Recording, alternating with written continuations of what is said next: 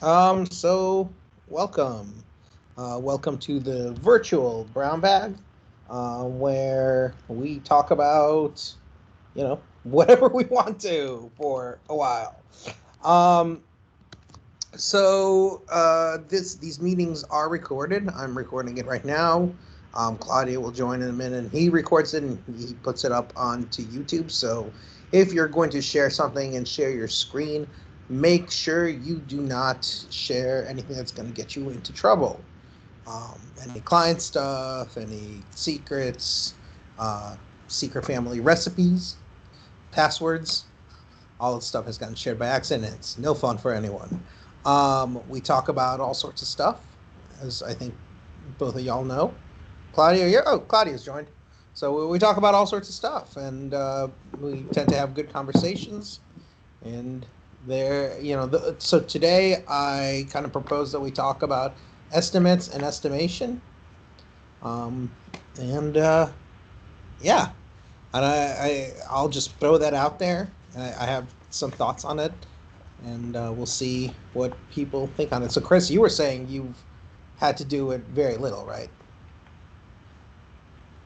Yeah, I've only ever worked for one company that actually had a formal Scrum setup to actually do estimations, Well, and it was not fantastic. it was fantastic. It wasn't. Was not. Okay. Well, why We not? all had the same little Scrum Poker app, and it was really difficult for the newer developers to try to Mhm. pick an actual number of, okay, I think it's going to be this, or I think it's going to be that many points. Hmm. Okay. So, because they just didn't know. They couldn't just not answer until they got their feet under them. They, you didn't do it your first meeting, maybe two, but then after that, you were encouraged to try. Right. But Okay. yeah, And people and who then what happened if their answer with their if their estimate was off from everyone else's? it was supposed to help them gauge and learn, like, oh, well, no, the rest of the people think it should really be this. So maybe if you look at that amount of work, you'll understand that it should be a six or whatever. Okay. And this is So why. so Not this why is why. why did that not work? Because like that, yeah, that's usually what I've seen. It's like We okay, well, There's a large disparity between people who have been there 10 years and people who have been there one. So the right, people who right, have been there 10 years, like, oh, that's a two.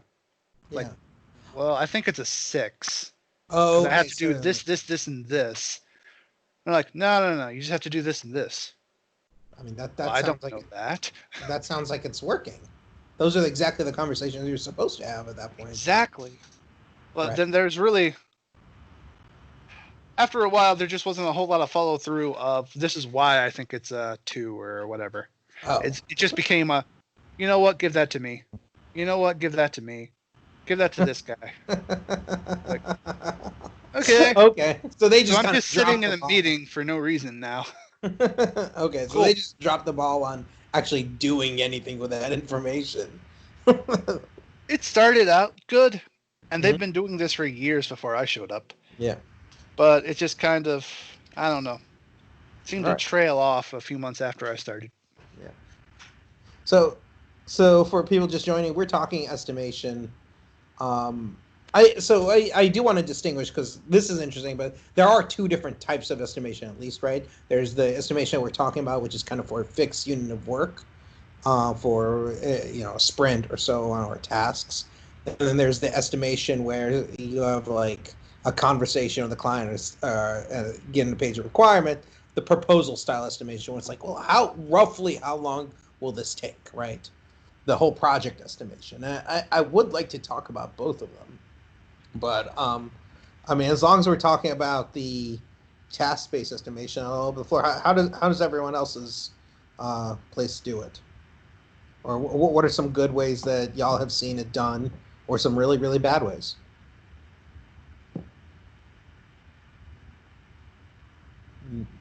No one.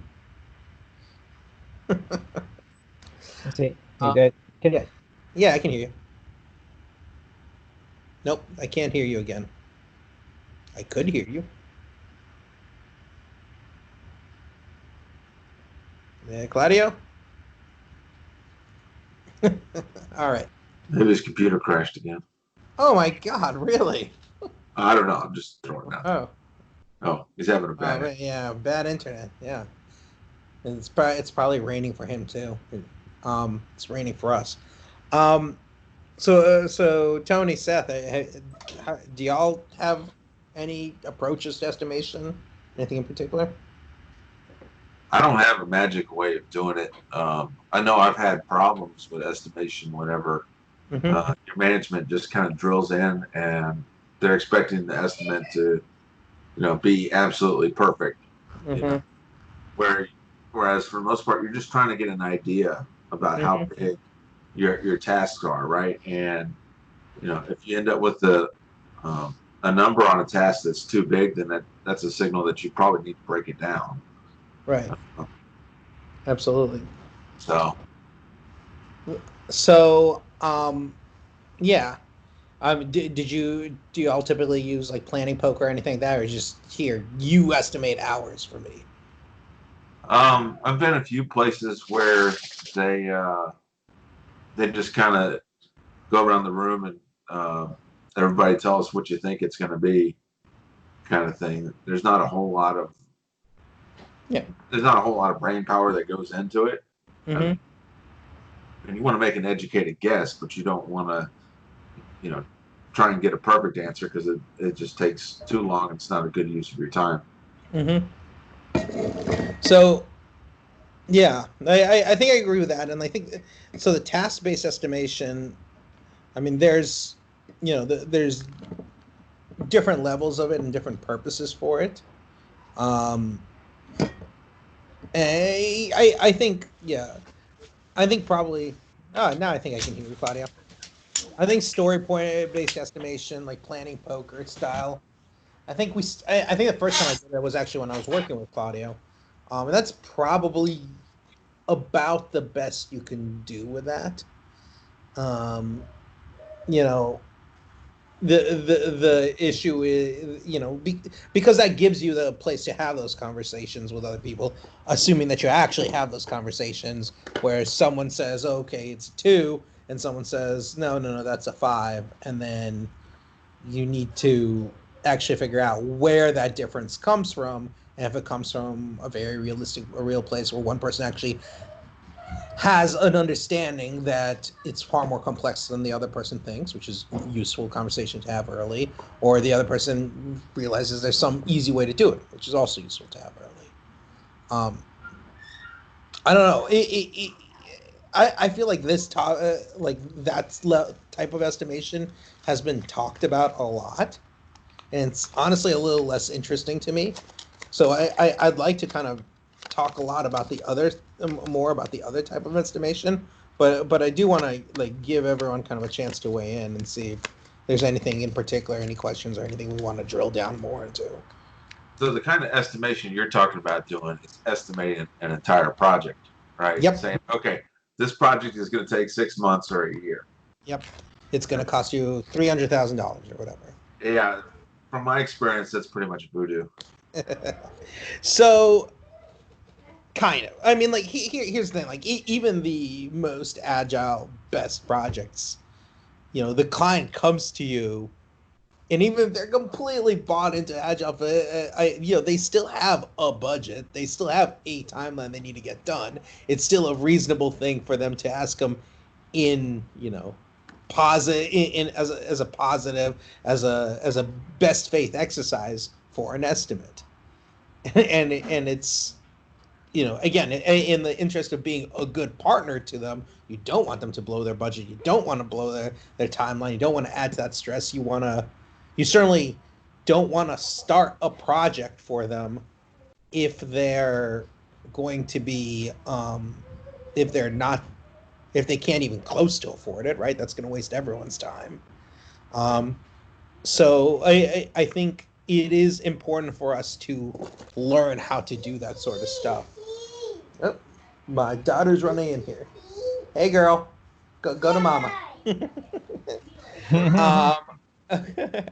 So I don't know. Claudia, are you called on to do those kind of estimates very much? Are you called on to do like whole project Um, estimates very often? Like for I proposals? have, yeah, I have not in the last several years. I've actually been, joining projects that have been already ongoing.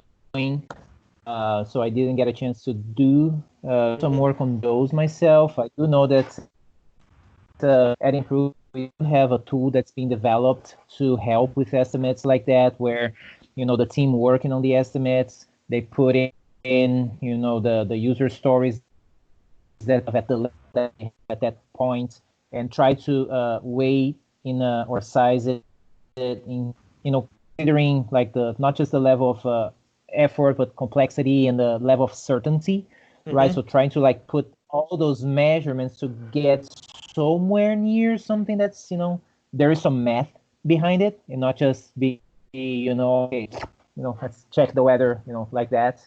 Mhm. um, and I know, we've had good success with that, but I can't tell you much more than that because, again, I haven't been involved with like Okay. I think we're kind of losing you again, but there you are. You're kind of there. So I've been actually doing a lot of them yeah, lately. Oh, there you are. I've been doing a lot of them over the last few years.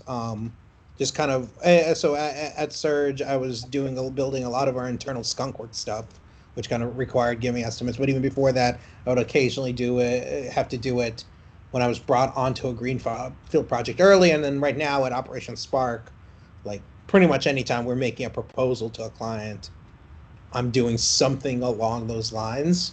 So I don't know. I've kind of developed a process for it that I think is so here's I first of all I think the key is to have a process so yes, that you could show your work.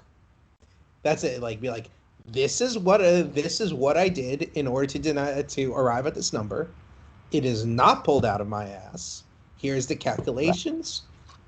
All right, and now you can show your work, and now anyone can disagree with any part of it, and you can have a conversation about that.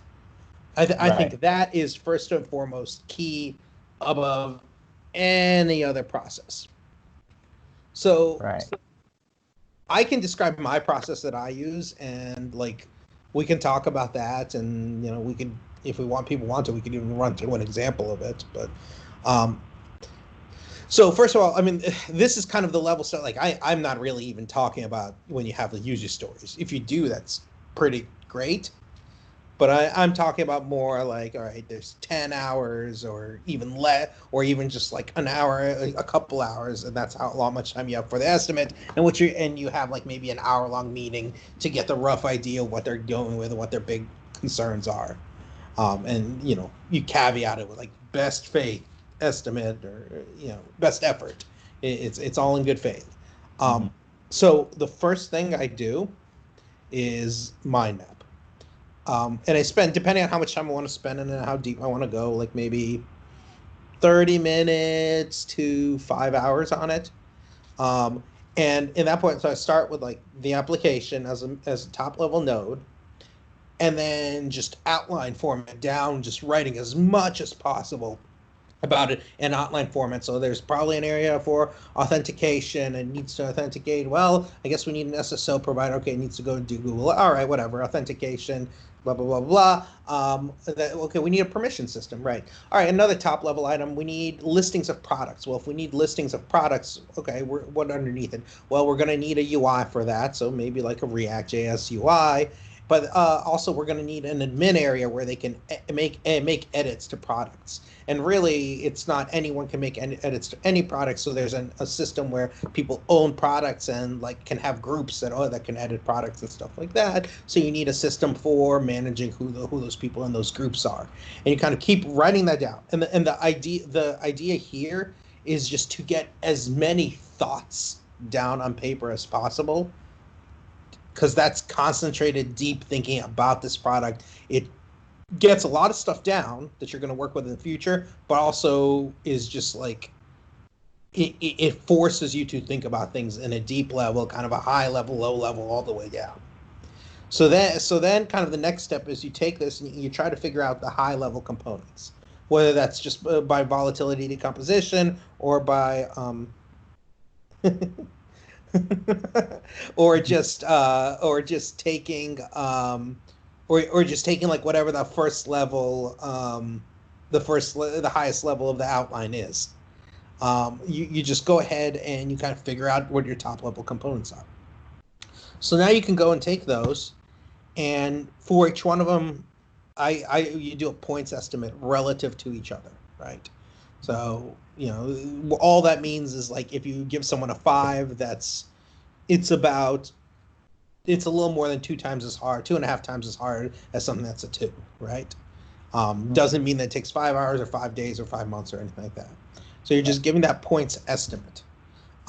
You just see gut feel how much harder they are than others based on your experience. And I do use Fibonacci sequence for it. I don't have a great, so that's 1, 2, 3, 5, 8, 13, 21. I don't have a great reason for that, either than the Fibonacci sequence is tied to the golden ratio, and that seems to come up all the time in life in general. So yeah. I don't know, maybe. But each number is typically that 1.6, 1.7 of the previous, and it seems like there's something innate in us for that. Which actually, now that I say that, it does make me think, because like the beginning of Fibonacci sequence doesn't work that way. So maybe we should all like shift Fibonacci up to like you're doing from like 5, 13, 21. Like the lowest one maybe should be like 5 rather than 1. Because the ratio is consistent then, as opposed to like at the beginning it's not. I don't know. That's an idea. I hadn't thought of that before. So you do that, and you kind of do that. Now you can add up those points, and it tells you how many points the project is, but that doesn't help you know how many hours. So you go ahead. So you need to figure out how points map to hours.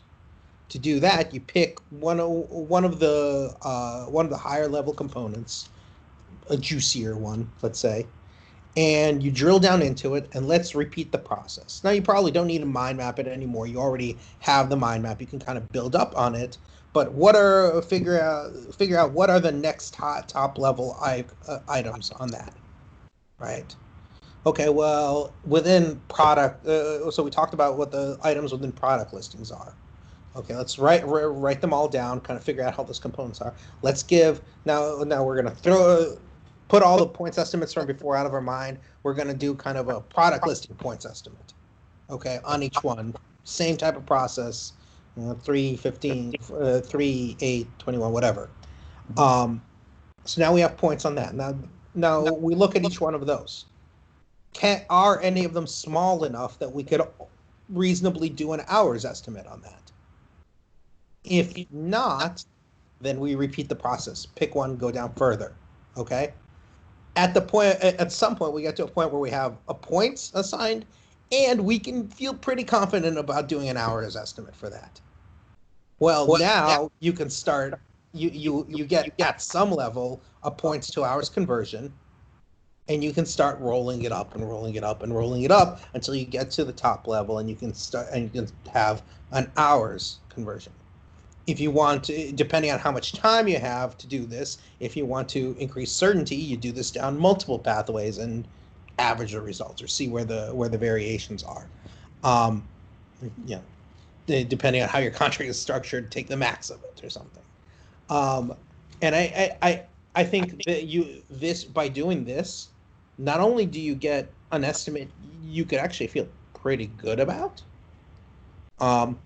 but you can also show your work. So again, if anyone's going to argue with you, like if you forgot a component, oh shit, well, okay, I forgot a component. Yeah, let's add that in.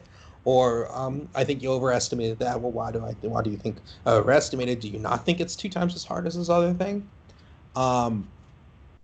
The other thing it gives you is as you start doing work, you have the evidence-based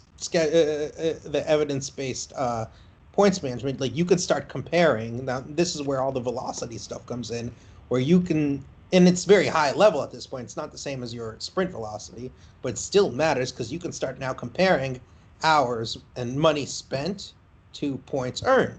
You can start seeing if you were off in your estimate.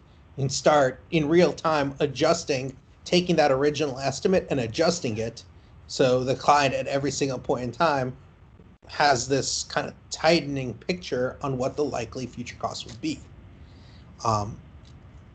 If you want to be real good, so I have not had a lot of luck doing ranges for this, but there's no reason why you can't do a points range for it as well, right? I just haven't actually done it very much. I take that back. I did in the past. It does take more effort though, just to track that and maintain it. But it's, like when I did a really large estimate, I did that I was actually given like 2 weeks for. I did do ranges for that. But like usually when it's like a 10-hour estimate, I'm not going to bother with that. I'll just say this area is kind of an unknown. We all agree with that, right? But I think this how much it'll take. So that's kind of my process, and like in my experience, it has worked reasonably well, if not in giving, concrete estimates that'll definitely be kept to because just other stuff comes up. But at the very least, in giving clients confidence that you have a process and you know what you're doing, right? So I don't know. Does anyone have thoughts or anything? I'd say I always thought that tying your story points to hours was a bad idea, and maybe that's just a management kind of thing. The management goes through and they read, they read your estimate and they see the points, and if they can figure out, what you're using to map it to hours, they can do math, and now they have, some kind of what they think is a reasonable estimate that may not really be reasonable at all. Well, so first of all, these aren't story points because there's no story that we're talking about, right? So, but I will say, like, people resist it, but like that to me seems silly because you do need to know how long things will take to get done. That feels like a shirking of accountability, right? And you can say like, yes, this stuff is hard and this is difficult, but I mean, unless you're taking measurements and trying to get better, how the heck are you going to get better at that difficult thing, right? True. Yeah. So because I mean, even when you do have story points, so you go down to that level, that's what velocity is all about, right? That it's about measuring how many story points you can get done in a week. Now, that's just an implicit mapping to hours right there. I mean, like even on the most agile stuff, they still do measure velocity because that's important for planning, because that allows you to plan how much work you're going to take at a time. How is that not an hours mapping? Just because we don't like to talk about it, like it still is. No, I'm not. One thing. Go ahead. I feel like I know what he's saying a bit about not wanting management to sort of, because I've actually witnessed at places that I would say are less agilely, where there's actually pressure from management to underestimate things. In case like someone at planning is maybe, like, for example, maybe product is closer to management. And so product is kind of, and maybe, your lead. So I feel like that can often mean that things it seems like the problem is that we're tying story points to hours, but in that case, it's really, the problem is that there's pressure from management to maybe juice the stats a little bit, because nobody wants to be that guy who says, sorry, this is going to take way longer, and I know that you told customers that this would be out, but I feel like I've seen that groupthink at estimations before. So I think I think the process I propose, because I mean it applies on lower levels too. You could do it for smaller units of work. I think that's protection from that, because then you show them, you're like, okay, well, which of these things would you like me to change? Because these are my estimates, and Yep. all I'm doing is adding. So what would you like to change? You got to remember your management is going to Yes. take your estimates and they're going to add or subtract as much, whatever they think is appropriate. Cool. Now, when that happens, that's no longer on you, though, is it? Because Well, that depends. it's documented what you gave them. Yeah, logically that makes sense, but I'm thinking about how it works in the real world, right? Because if you're on the hook to deliver something, right? At some point, it doesn't necessarily matter what you wrote down, unless we're like in a court or something like that, right? Well, no, I think it depends. It matters. Of course it does, because your management comes to you and says, why isn't this done? You're saying, because this was my estimate right here and not what you told them, right? And I mean, I don't, and then say, well, we need you to do it faster. And you say, okay, well, which of these things would you like me to do faster? It gets to be a very frustrating conversation for them, but I've had it. Okay. But that's what you should do. Yeah. If you're ever in a situation where, okay, I have to pick between, two more items that are all high priority, which means none of them are a priority, right? That's when you take the list and you hand it back to the manager and say, tell me the most important things you want done. Yeah. And work through it that way. And then they say, well, it's all important. Then you're like, well, then you're going to have to push back. Yeah. Right? Yeah. Nothing is high priority if everything is high priority. I will say, so I have gone through the effort of like putting together this big project estimate, and I've turned it into kind of my management before, and had them just gasp at it and be like, well, we can't show the client this, and I've had to have like conversations and I evolved my thinking on that a little bit, where they can do that, all right, but and then they're not really juicing the estimate, but rearranging it.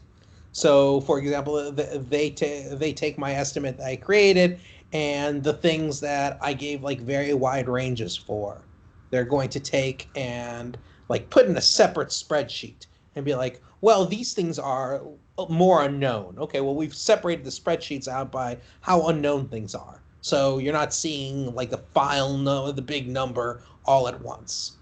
Do I feel great about that? No, but that is a legitimate sales tactic, right? Like that sort of stuff. So long as you're not like blatantly removing stuff and not ever talking about it at all.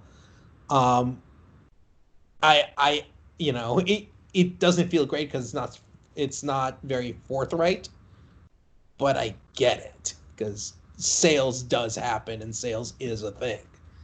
But then I think when the pushback starts coming, you still get to go and say, well, like, this is what I gave you initially. And I do remember for that one project, it's like I was off of it after a year. And I do think in the end, like I got it. My initial estimate was within like, hey, Gant. We're talking about estimation. And I do think for like that project, like my estimate, which was like on the order of like 2 years or something like that, I think I had gotten it within like 15% or something like that of what it actually ended up taking. And I think like though they were pushing back the entire time, it was always like, okay, but here's the work. Like, right, you understand why we did it this way. You understand why I did that. And I understand why you rearrange stuff when presenting it to the client, but ultimately it's on you to be responsible for the fact that you rearranged it. Yeah. What's your do you have a process for whole project estimation, Gant? Well, it depends. We always give them an estimate and we say this is complete bullshit. First thing, because it is like unless you break the task down and you get granular to a certain degree, you have to bring it down to a place that's reasonable, and it really depends on the margin of error. I'd say that what we do is we throw out something, then it kind of gets into it a bit more, and we have like one of our first things to do is get a real breakdown, and then we throw 15% error on top of that. Nice. How long do y'all spend on estimates? 1 week to 2 weeks. Oh, okay, nice. Depends on the size of the project. What that does is that helps us basically create all the tickets. Helps us create all this stuff. So if they show up with a, like once we've got like a design and API and some stuff, we could kind of like wrap around. If you've got an unknown, we just wrap that one in the worst case scenario, of course. And then of course at the end of everything, we throw that 15% error on top. So if you've got a lot of unknowns, they increase your project a lot. Yeah. Yeah, I will say I feel like I haven't had to do the unknowns thing very much, or the multiplier, unless I get the number at the end. I was like, this does not look right at all. But like the more I've done it, the better I've gotten at the end where I get the number. I'm like, no, this seems about right. This seems in the. I think that one of the things that kind of happens here is that it depends on how many people are doing the project. And so that I think that 15% error. So like if you were to get crown molding, right? Even though you could technically get all the pieces to fit or something like that, I think like giving yourself that cushion means that you can do a more elegant job. Because you don't feel the pressure to, like, when something goes a little bit awry, you're like, oh, if I blow this estimate, I've pushed everything back. You have this sort of like safety cushion that allows you to still time box a little bit extra, out of that 15%. The bug bucket kind of comes in there, and you can. But it's like petty cash. If you keep taking from it, you've ruined it. I like that analogy. Yeah. And to be clear, I mean, I don't know what you're talking about. What I'm talking about is still not fixed bid contract. You don't. Oh yes, Yeah. God no, God no. Yeah. Yeah, because the problem with fixed bid contract is your motivation is to actually overcharge them to make up for all the other fixed bid contracts that you underestimated. It's a cross subsidy. Their motivation is to have you come up with as low estimate as possible so that they could sneak in stuff later. And like they don't do it purposefully, but like that is what it is. Yeah, that is. The incentives are set up like zero sum. Yeah, and then and then you're supposed to work together on making something that's useful for them and build trust on a foundation of no trust because you're cross purposes. And just about the best thing you can do is to build trust with like the individual that you're working with. Like, hey, neither of us are assholes, yet we're in this system together. Yeah. So in the end, you're just basically creating a legal paper trail so you can unveil it in the inevitable court battle. Which is not the worst thing in the world. Like, to some degree, our society works on that entire principle. But yeah, it's not a great premise for working together, and it is one of the reasons why. I mean, I haven't worked at a company that did fixed bid contracts in 7 or 8 years now. Thankfully, I think at Surge, pretty much the month we convinced our CEO to stop doing fixed bid contracts was the month that we started growing, like doubling, tripling year after year. So, yeah, like that can be a nightmare. Mm-hmm. Yeah, definitely. Like that's a lot of time where, also I say that, but I actually was recently on a fixed bid contract, but it wasn't actually a fixed bid for us. We were a subcontractor for someone else who was fixed bid. And I was like, so they'd be getting on like all these panic meetings. I'd be like, I don't know what you want me to do. Like, I wasn't even here when you did the estimate. I don't know why you all estimated that. I did my estimate when I came on board. Y'all didn't care for it, but you don't disagree with any part of it? Yeah. So yeah. Cool. I do feel like I need to write up kind of my process for estimation or stuff like that. Or if anyone wants, we can run through an example of it. I don't know. What are people, or does anyone have anything else they want to bring up? Claudio usually comes with stuff, but he's also having internet issues. Yeah. I went from the virtual brown bag. It was from before this. It was the virtual coffee to this. So my brain's like, it's like, and then I have a work meeting after that. So I'm all over the place. I probably couldn't. I'm the anecdote more than a driver on anything. Work meetings nonstop, man. Yeah. That's the worst, right? Yeah. Claudia's saying his connection's breaking up. Yeah. All right. That's fair. And then you have those.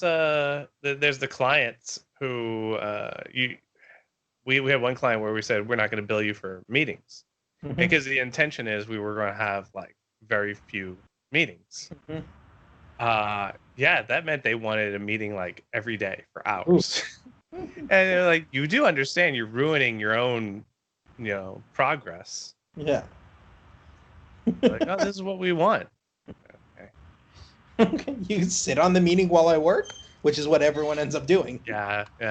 No, I've actually been in a situation where, like we'd have our sprint of work, which was another one where like they committed to it, and then when we did the estimate, it was wildly different. They were like, well, we committed to it. And I was like, well, why don't we just spend 2 days in a sprint planning then? Like, just tell us this is what you expect and let us have the 2 days back. But then because it was so wildly different, they kept scheduling meetings to talking about it to the point that about 30 out of the 40 hours of the week, I was in meetings about that. I was like, and at the end of the sprint, they're like, we got nothing done. I was like, yeah, we were talking about it the entire time. Like, I don't know. Like, there was like a meeting with like the parent company and stuff like that. And they're talking to us like, I don't know what to tell you. We didn't come up with the estimate, and then we kept being asked to jump into meetings to talk about the estimate, and we kept bringing it up. And the guy's like, I haven't heard of this. Like, all right, I don't know.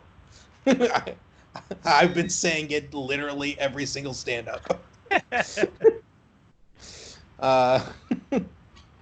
I keep asking for priorities, but nobody on the call is empowered to make a decision about a priority. That's an issue.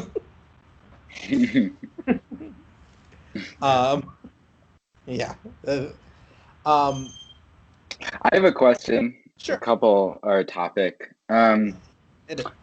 It's mostly about just like API design. I would say, especially about documentation in terms of like I feel like Stripe is a good example of like a lot of an API that a lot of people cite in documentation as a really kind of a good example of like, good developer experience around API documentation. And I've like been implementing seen a lot of like inconsistency in how good the documentation is between like just some payment processors recently, and just realizing that there's like a whole kind of there's a big range of attention that people pay to like how good the documentation is, i.e. like, do they have test credit cards? Do they have error responses that are documented? Do they have like the schemas somewhere, right? Do they have a Swagger or a Postman collection or something like that? Let me frame that question, I think, a little differently. That'll make it easier to talk about. What makes for good API documentation, and why? Like, what's an example of one? Yeah, that's a good question. So, do you want to start? Yeah. I mean, so the things that I found were really useful were just anytime that they really tried to document their stuff in using either a Swagger or like an open API collection, that just made it so easy. Because even if they didn't have, for example, an SDK, I could generate one, for example, if I wanted to, right? So you're talking about Stripe, right? I'm actually thinking about some other people, but like Stripe's example of a company that actually doesn't, like, they have an open API thing, but they also have so much, like, they have basically an SDK for every single language. already that they're hand rolling themselves. I don't even think they're generating it. Maybe they're generating it for like a couple languages, but for the most part, like I know their Node SDK is like something that they actively maintain. But that's not like necessarily feasible for a lot of like smaller companies. Like they don't have someone who's like, you know, gonna be able to write like an Elixir client or whatever. And so I guess I was wondering if people had like ideas about what they really looked for in terms of like API documentation, how they decided what, there's so many different API as a service providers, like how they looked through the docs and kind of figured out whether this met their use case, and kind of gotchas that they've encountered along the way in terms of like, I thought that they did this, like I didn't, like product looked at it and said it looked good, and then I ended up realizing, oh, like they don't support OAuth 2 or whatever. And just, I guess, examples of like how much attention they should pay to actually making sure that their docs are first class versus like adding a lot of extra features. Gant, you want to go next? Yeah, that's a big question. So what I'll throw in there is that the sustainability of, at least for any documentation, it needs to be a live document. It's just the only way. You've got to find a stride that works. So I hate it when someone over architects something amazing and then it dies, because they had the persistence to build something amazing and they lost the consistence to keep it alive. And you need something you can keep in order to build trust with it. So I'm a little bit more forgiving on saying, as long as there's a ongoing, even like a smaller, fewer examples, maybe not nearly as amazing or beautiful, but something where people are listening to the problems and adjusting it in like a consistent way, that's the best way. Because I can remember like the original React documentation like didn't identify which version you were on. So they'd come out with something new and you're like, I'm going to go try this. And then you'd be like, son of a bitch. That's not in my version of React. That's in master. Yeah. You're like, well, of course I don't have master. I'm not building off of master. I'm trying to deliver something. Yeah. And then they added it, you know, over time. Like they're like, oh, obviously we need to kind of do that. And so I think that like, I really have a warm feeling when I see adaptation for API versus like somebody hiring a company to come in and just write a book and it's the most beautiful thing ever, and then you find something that's wrong in it and you're kind of like, I don't trust your book. Yeah. I'll say, so for online APIs, none of them spring to mind. I will say, so like in general, I'll say I actually really like the jQuery API documentation. Yeah. Which back in the day, Reddit, I think they did a fantastic job with it because it worked as a reference and you could read it straight through and it would make sense. So the way they had it breaking down, they had thought really long and hard about kind of what sort of areas it was broken down. It was also a very well designed API. Like they were really focused on homogeneity. So like, you know, if a function worked a similar way, or you know, then it would work a similar way in another way. So if there's a slide up, there's a slide down. There's a fade in, there's a fade out, and so on. And they would take very similar style of parameters. They really focused on making it work as you would expect. But then like their documentation, so they kind of had like, I think 8 top level categories that everything fit into. They tried to keep their, you know, there was like a utils category, but they tried to keep it as small as possible. And then within each category, you would jump in there and there would generally be like one function that was kind of the entry point function. And it really was a long article explaining the concepts and giving lots of examples. And then as you jumped into every single other function, it was like, here's the definition of the function, here's examples, here's comments on the function and other things. here's how it relates. Here's a see other section. If you're looking at this, these other functions might be useful too. Mhm. That was the see other. So that was really useful. I will say lately I've been spending a lot of time in the Racket documentation, and their documentation is really, really nice. And I want to say it's for similar reasons. Like, it's consistent, it's consistently styled. They've thought really long and hard about their API, and for each one they have an area where, like, okay, here's, here, this is the concept. It also cross links to freaking everything as much as possible. I would prefer. I mean, I think that's what's really good and useful, but it's also pretty easy to do at this point. I would still like a see other section, which they don't really have. But like, it's another one that's really good. Like, you would jump in at any point of the documentation, walk away with something of value and understanding. Also, all the Racket libraries are in the exact same style, which is a really nice thing. Mhm. Like, because even if they're hosted on other sites, they just have, like, here's a style. Like, they're all formatted exactly the same styling.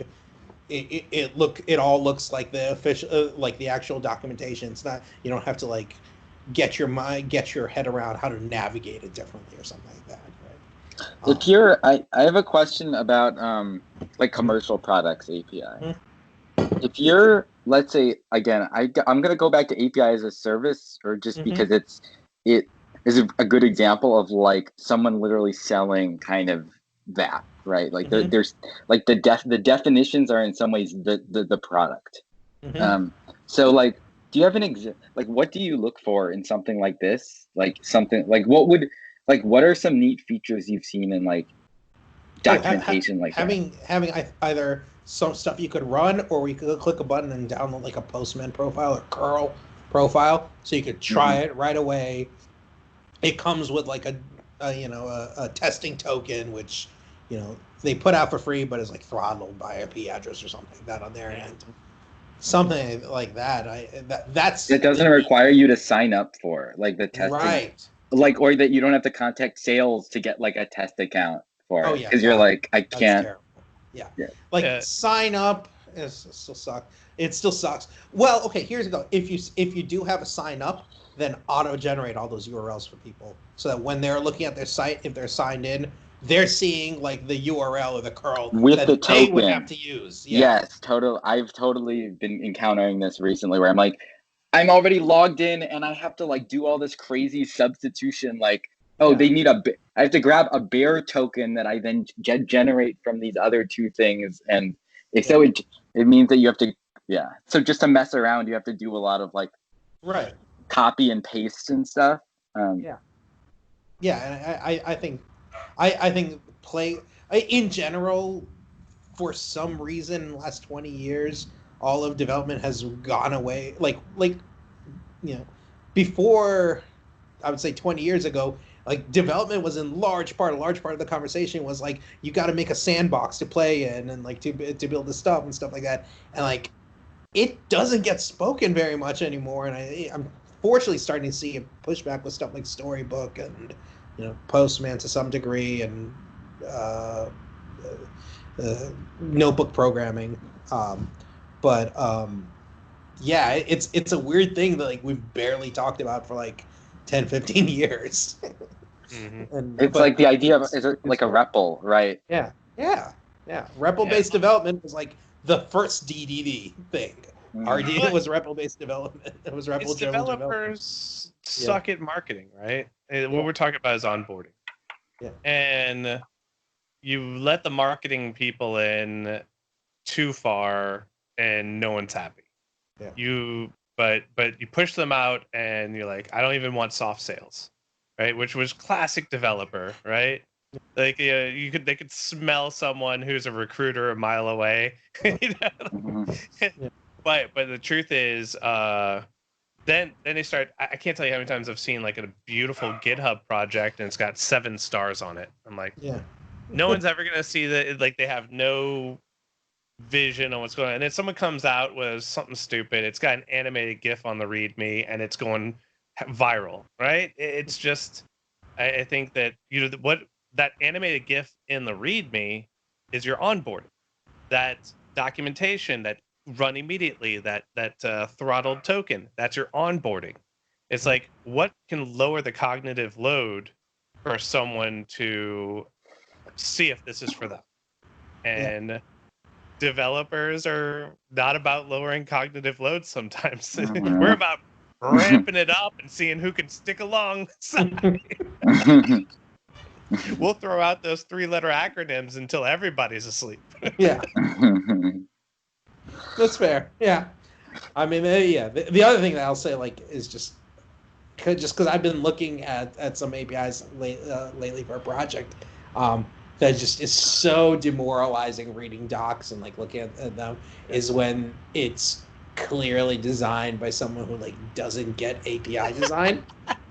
Like, there's this product called Toucan, which is actually a really cool product. Like, they do like logistics. It's a logistics API. Like, you want to manage a fleet of delivery drivers or something like that. And like, they handle all that. So there's like an app where you can like see it on a map and be like, okay, there, and create tasks with them.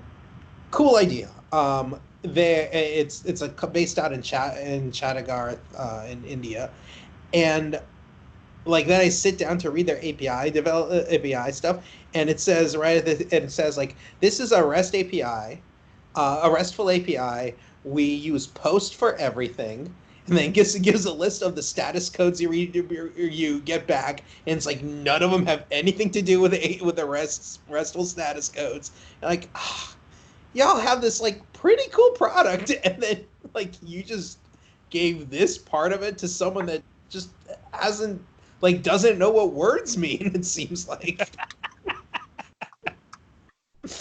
Like, use your words. Come on, man. That's not what REST is. And then there's like spelling errors on the page. It's like, well, okay, I get it. You're not, you're an Indian company. It doesn't have to be perfect, but sometimes. Wait, can you give me an example of a status code that you're like, this isn't? Is it that they don't map? So, for example, like someone's not using 201, or can you tell me what? Like, I think 100 was just their error status code. They said was anything in the 100 range. Yeah, it is a while. Hold on, let's see. I've got their. I can pull it up. Data types and response format. 100 is round or missing. 101 is for an invalid key. 200 is 101 is invalid. I like so rarely ever. Yeah, because those aren't. 200 is action complete. Well, good job, kind of. It's not really what it means, but sure. 201 is show error message. 201 is. 404 is error in execution. So 404. Yeah. Yeah. That's not even that. Even that's not right, and that error code is actually a meme.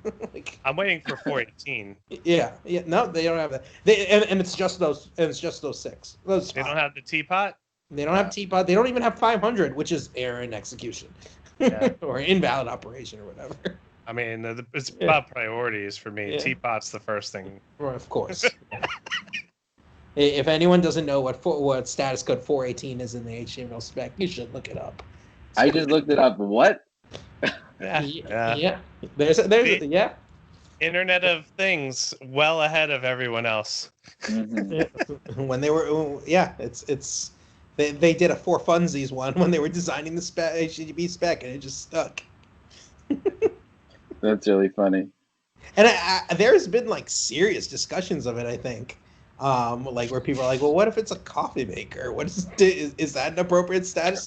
I have a question about RESTful API design. So we've got 1 minute. This is a classic question of like, if you have a bunch of complicated filters, is it okay to send a post? A la GraphQL. Like often it'll be an array of filters that will actually have an array in it, right? Like, so it'll be like literally it's a body. The filters might involve an array. It's like, you can maybe represent that as query params, but it's really hard. Okay. Weird. What do you think about that? First of all, you could do anything as query params. You could put JSON in the query param. Why not? But secondly, I'll say, so the actual RESTful answer for that would be you're creating. Think about it. You're creating a resource. When you do a post, you're creating a resource on the server. Mm-hmm. So what if the resource you're creating is the filter? You get back the ID of the filter, and then you do another get, providing the ID of the filter to use. Like that would be the RESTful API answer to that. You don't have to go to those extremes, but that would be like the traditional answer. Yeah. And then like, you can manage that filter, you can update it. Everything that uses that ID, that particular and filter. then you would use that ID to make a GET request to actually get the filter data. Yeah, and then that does, and because it's RESTful, that does come with certain advantages. So people are just like, now have that GET URL that's fetching data using that filter. What if you think all of them should start using a different filter? You can just do a put request to that filter endpoint, or a patch or whatever, tweak that filter, and now that URL that everyone has starts working a little differently. You've modified them all at once. Sure. I assume that I'm imagining the filters would be more sort of runtimey. So, for example, one of them would be some arbitrary, like one of the filter fields would be like an arbitrary block of text. Yeah. So that would be like a single use filter, right? Yeah, but I except for, I mean, you could query in that situation too. You could do partial. Here's a bunch of different filters that you save, and then in the GET request you can send an additional parameter to that filter. Okay. Right? Filter ID equals 1, 2, 3 and param 1. And then also like this extra param for searching. Yeah.